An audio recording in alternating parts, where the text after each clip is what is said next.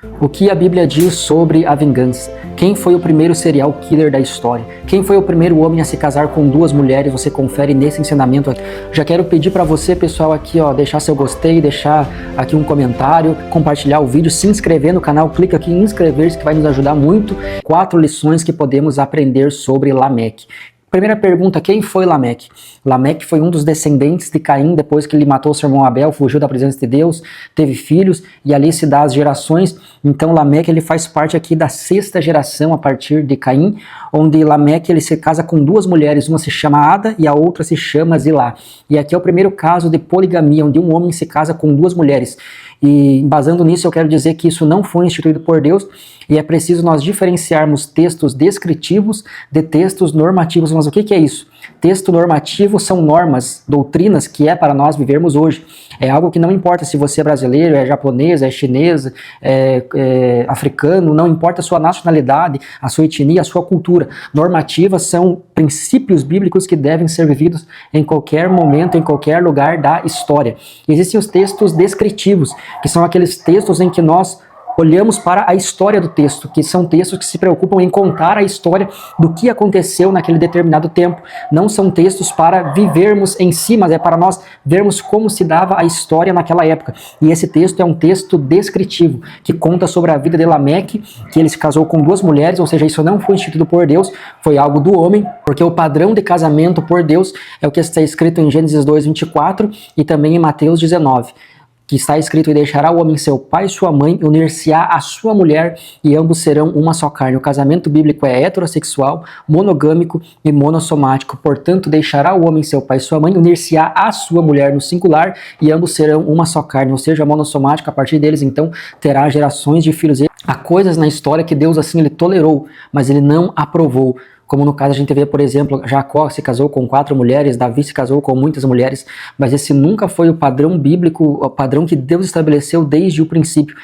O que significa Lameque? Eu estava estudando sobre a palavra, sobre o significado do nome Lameque, que ele vem de uma palavra desconhecida muito antiga, mas em síntese, assim significa forte, poderoso, mas é uma palavra muito antiga, mas provavelmente ela significa isso, forte, poderoso, conquistador. E nós não podemos confundir esse Lameque descendente de Caim e o Lameque descendente de Sete, que está em Gênesis 5:28.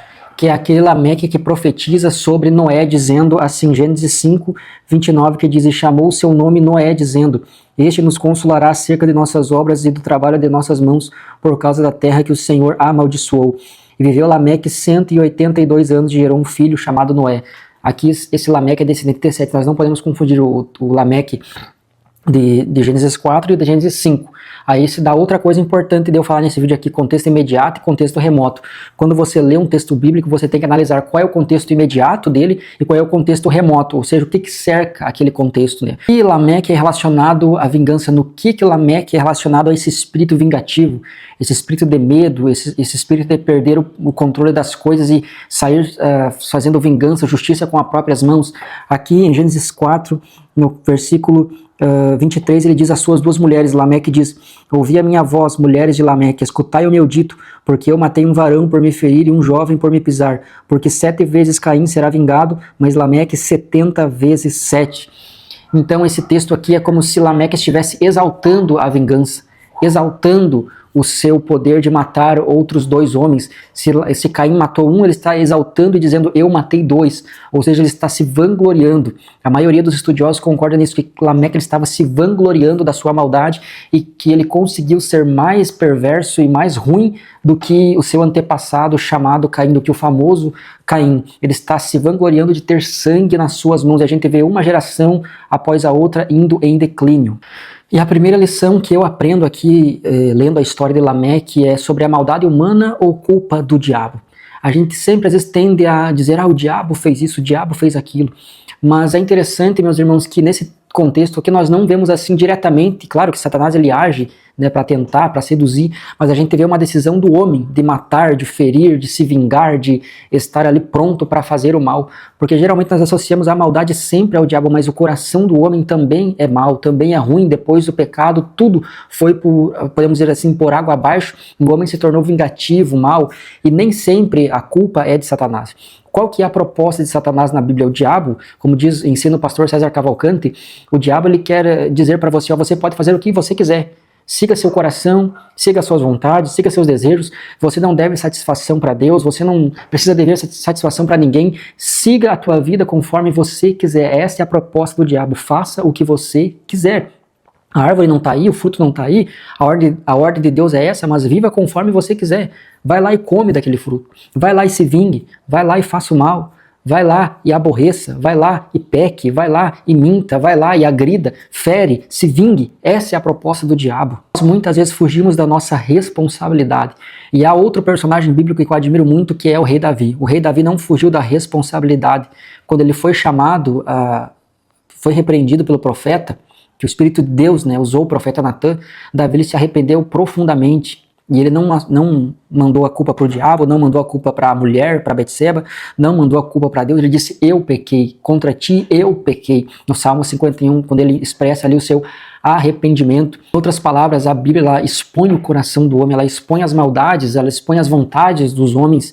E nós podemos aprender que nós não podemos fugir da nossa responsabilidade da culpa. Nós precisamos ir aos pés do Senhor conforme a Bíblia nos orienta, porque tudo isso é ensinamento bíblico de você não fugir quando você pecar, mas de você ir em direção ao Senhor, se ajoelhar, pedir perdão, confessar os teus pecados e crer que o Senhor vai te restaurar e vai te renovar. Segunda lição que eu aprendo, Lameque vingativo, o que a Bíblia diz sobre a vingança. Eu quero que você acompanhe alguns textos bíblicos aqui, começando por Romanos capítulo 12, versículo 19, que diz assim: Não vos vingueis a vós mesmos, amados, mas dai lugar à ira, porque está escrito, minha é a vingança, eu recompensarei, diz o Senhor.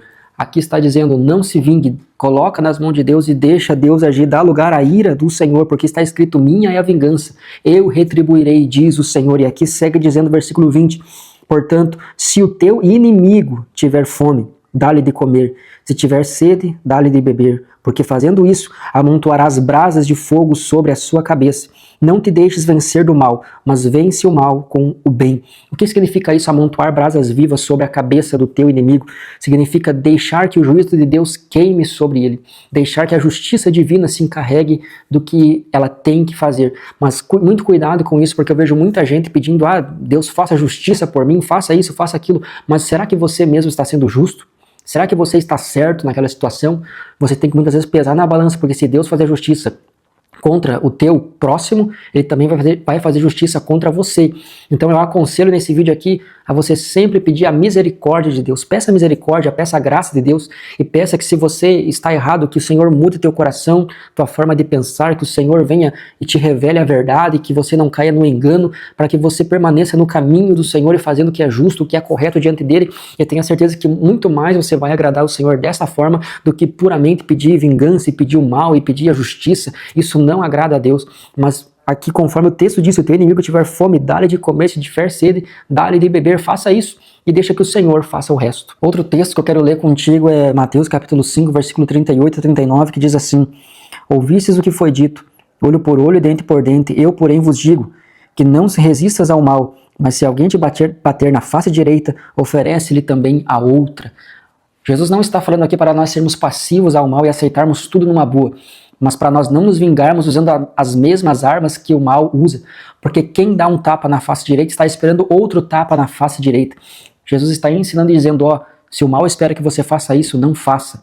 Oferece também a outra face, mostra que você é diferente e não se vingue. Outro texto sobre a vingança está em Provérbios 24, verso 17 e 18, que diz assim: Quando cair o teu inimigo, não te alegres, nem quando tropeçar se regozije o teu coração, para que o Senhor isso não veja e seja mal aos seus olhos e desvie dele a sua ira. Aqui está falando sobre aquela pessoa que ela se alegra quando o mal cai sobre a vida de uma pessoa, que ela dá risada, que ela se regozija, que ela tem aquela sensação boa quando o mal ele vem sobre uma família, sobre uma casa, sobre uma pessoa.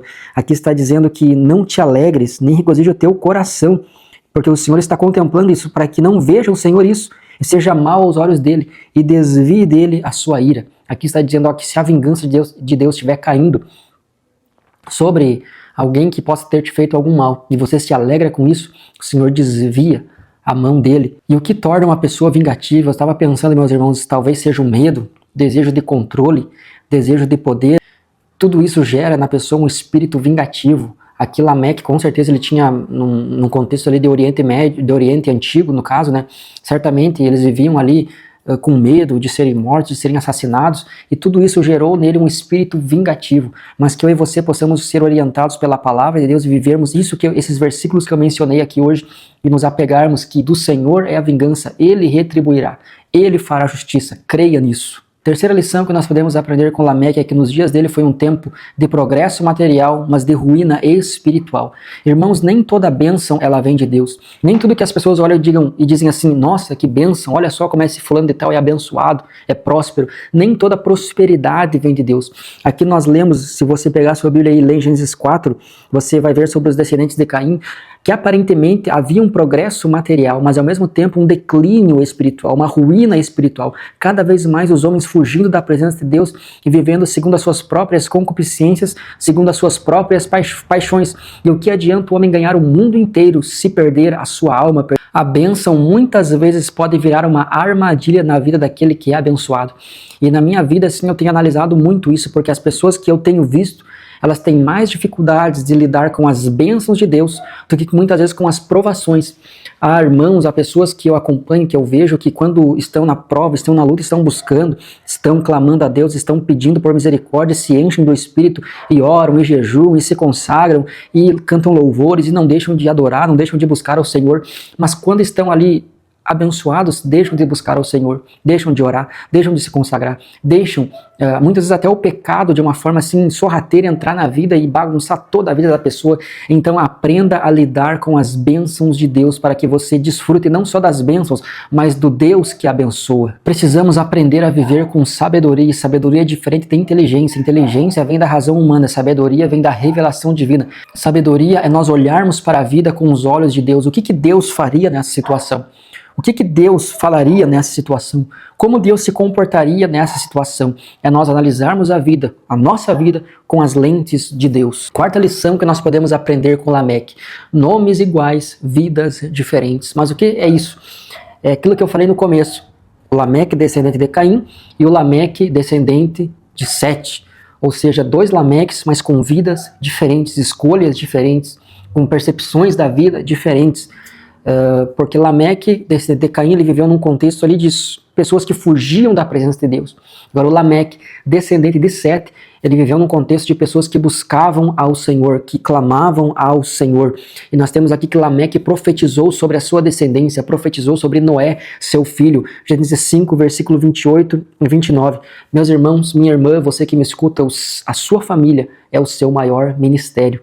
Profetize sobre a tua casa, profetize sobre a tua família e deixam que as bênçãos de Deus fluam dentro da tua casa. Eu não estou falando aqui só de bens materiais, mas o Senhor suprirá, está escrito que Ele suprirá todas as suas necessidades. Quando você crê que Deus proverá, que Deus está na frente da situação, que Deus está no controle de tudo, você se coloca na presença de Deus mesmo em meio à dificuldade, e você crê que o Senhor está ali, você pode ter certeza que todas as tuas necessidades serão supridas, mas tudo depende das tuas escolhas. Você é daquele que é influenciado pela vingança, pela morte, você quer influenciar pela vingança, pela morte, como Caim influenciou Lameque, que Lameque exaltou a vingança, ou você quer ser como Lameque, descendente de Sete, que profetizou sobre seus filhos, e Noé foi um grande homem de Deus que obedeceu a Deus, apesar daquela circunstância difícil, e creu sem ver, né?